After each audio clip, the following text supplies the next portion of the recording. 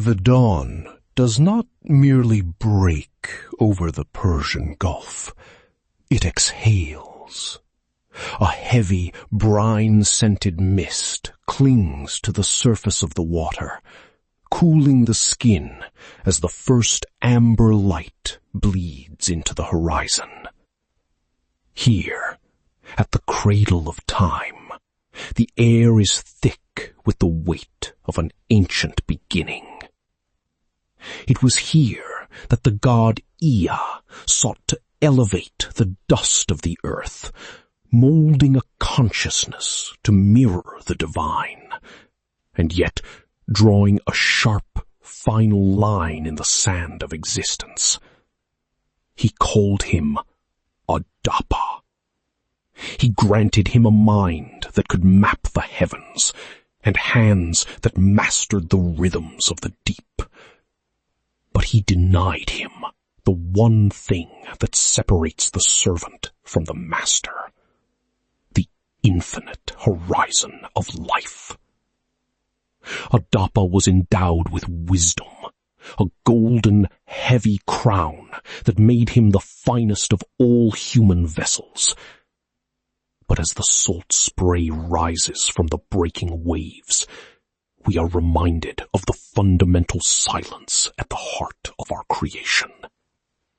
We were built to know, to strive, to build, and inevitably, to end. A tragic masterpiece, designed with a brilliance that can pierce the veil of the gods, but tethered to a body that must eventually return to the earth. In that first breath, our mortality was not an oversight. It was a decree. To be born into this world is to accept a quiet contract written in the marrow of our bones, a promise of brevity. Adapa, the sage king of Eridu, understood the weight of this mandate as he stood upon the deck of his humble vessel. Beneath the unyielding sun of the Persian Gulf, the sea stretched out like a polished mirror of obsidian, silent and expectant. He was a man of clean hands and deep intellect, a steward of the divine statutes, casting his nets into the abyss with the rhythm of one who had mastered the physical world. But the gods do not always suffer the mastery of men. Without warning, the atmosphere curdled.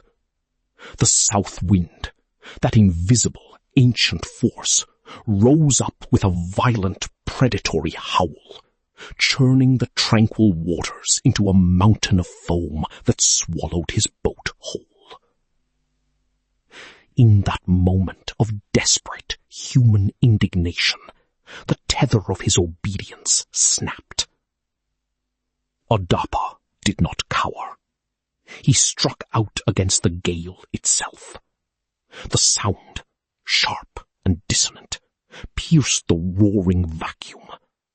The sickening, crystalline snap of the wind's wing being broken by a mortal hand. For 7 days, the heavens fell into an unnatural, suffocating silence.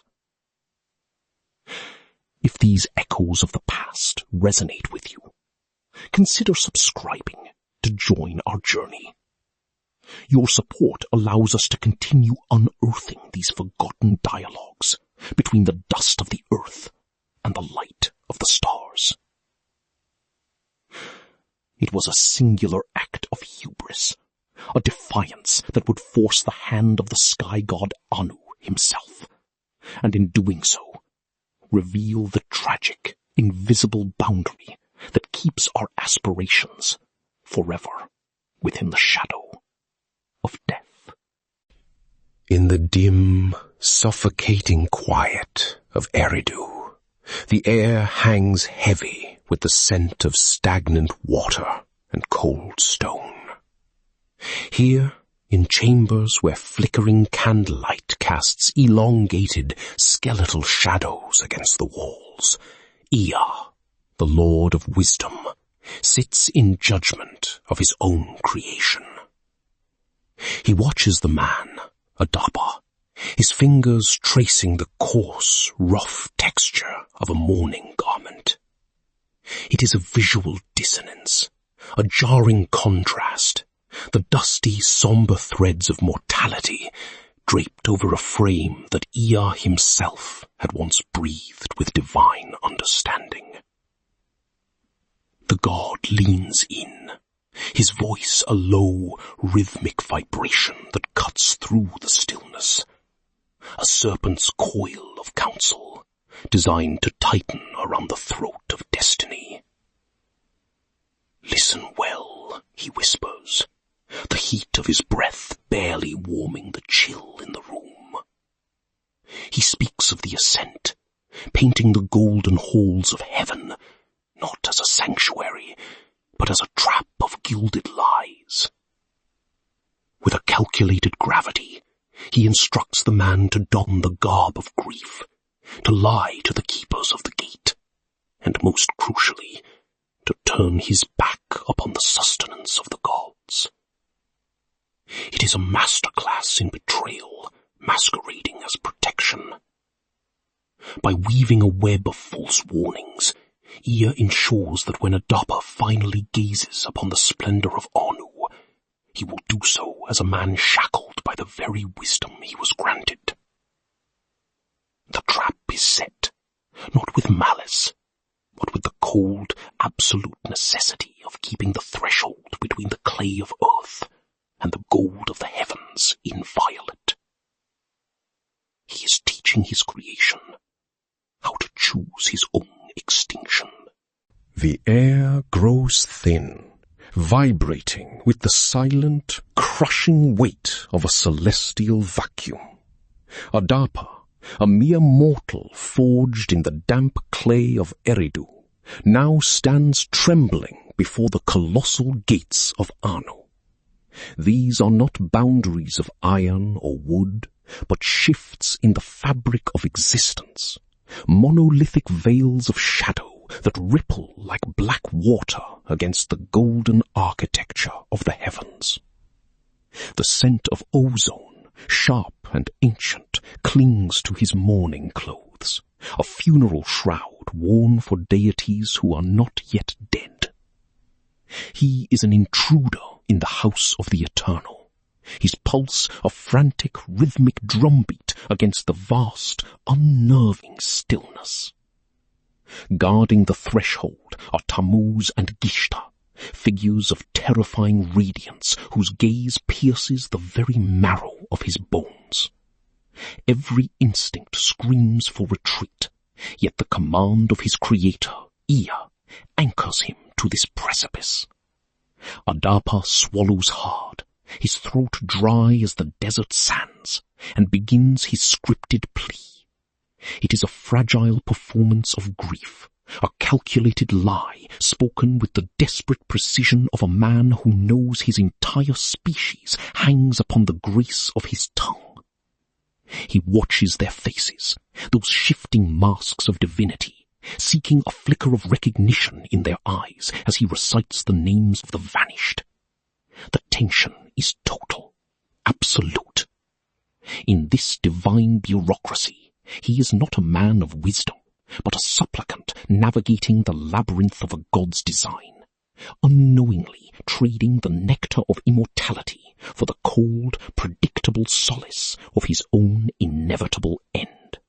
The threshold of the celestial realm is not a place for the living, yet here Adapa stands.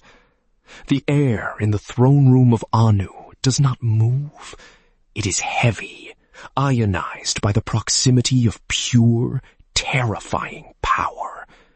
It smells of ozone and the scorched incense of 1,000 sacrificed eons. Before him, the great king sits upon a throne of living light, His presence, a booming, resonant frequency that vibrates through the very marrow of Adapa's bones. When Anu speaks, the sound is not merely heard, it is felt as a pressure, a physical weight pushing against the boundaries of mortality. Adapa's fingers, gnarled and calloused from the nets of Eridu, begin to tremble, a frantic, rhythmic tapping against his own knees as he keeps his gaze averted. He is a vessel of Ea's calculated wisdom, trembling not from cowardice, but from the crushing gravity of a deception he cannot yet name. He recites his defense, his voice thin against the vast, vaulted silence of the heavens. He speaks of the sea, of the capsized boat, of a heart driven by the momentary fury of a man who knows only the fragile rhythm of the tides. Anu listens, the cosmic irritation draining from his features, to be replaced by a profound, haunting curiosity. As the god leans forward, the light shifts, casting long, angular shadows that dance like trapped spirits across the floor. In this gaze, the divine anger dissolves into an unexpected, unsettling admiration for the man who dared to challenge the wind. But the silence that follows is sharp as a blade, signaling that the architecture of this encounter is shifting toward a conclusion that will resonate through the ages, leaving Adapa alone in the shadow of a gift he was never meant to claim.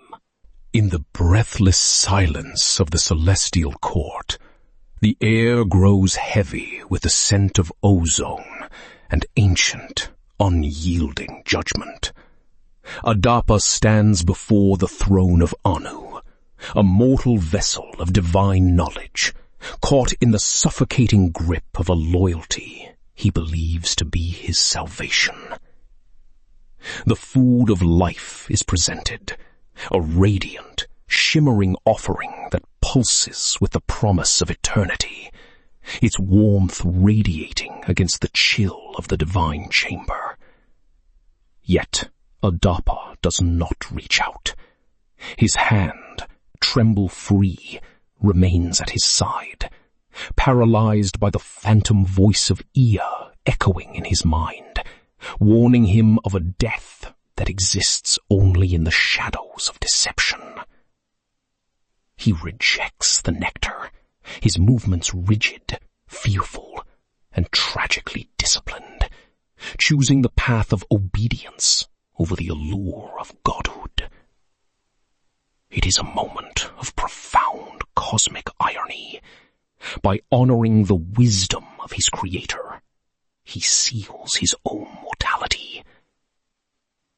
One must wonder, as we gaze back across the millennia, how many of our own doors remain closed, locked by the invisible mandates of those who taught us to fear the very gifts meant to set us free. If these echoes of the past resonate with the unspoken questions of your own life, consider subscribing to join our journey.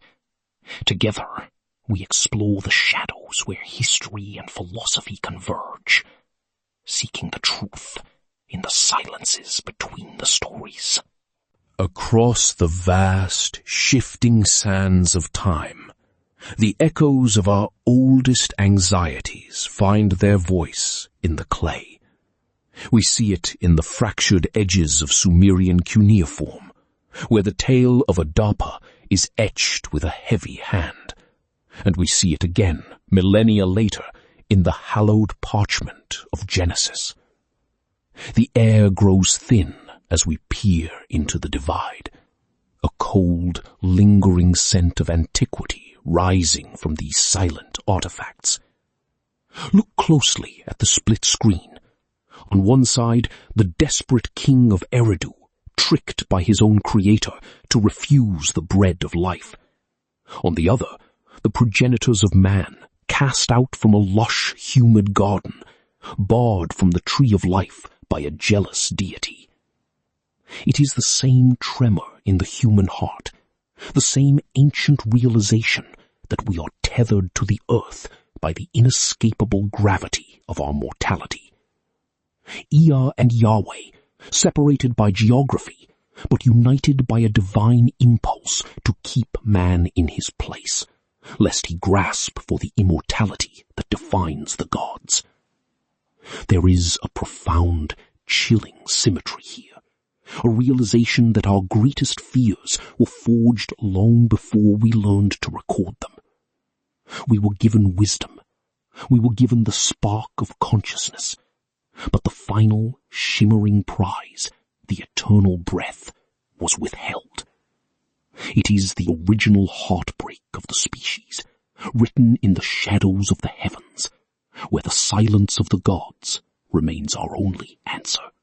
Beneath the scorched, unrelenting sun of modern-day Iraq, the fine, pulverized dust of millennia clings to the skin of archaeologists as they brush away the sands of time. Here, among the jagged shadows of crumbling ziggurats, we find the silent testimony of a people who gazed into the same vast, terrifying abyss that stares back at us tonight. We are the inheritors of their ancient ache. Thousands of years have passed, yet the tremor in our souls remains unchanged, the quiet, gnawing inquiry of why we are born only to eventually fade into the dust. As we sift through the shards of pottery and the ghost traces of an Eridu long reclaimed by the desert, we are reminded that we are still reaching for a truth that was denied to the very first of us. We are the architects of our own civilization, endowed with the intellect to name the stars, yet tethered to the inevitable decline of our own vessels. If these echoes of our collective past, this persistent human longing to bridge the gap between our fragile mortality and the infinite, resonates within you, consider joining our journey as a member. By supporting this quest for knowledge, you help us preserve these voices that otherwise risk being lost to the shifting sands, ensuring that the legacy of the sage continues to illuminate our modern horizon.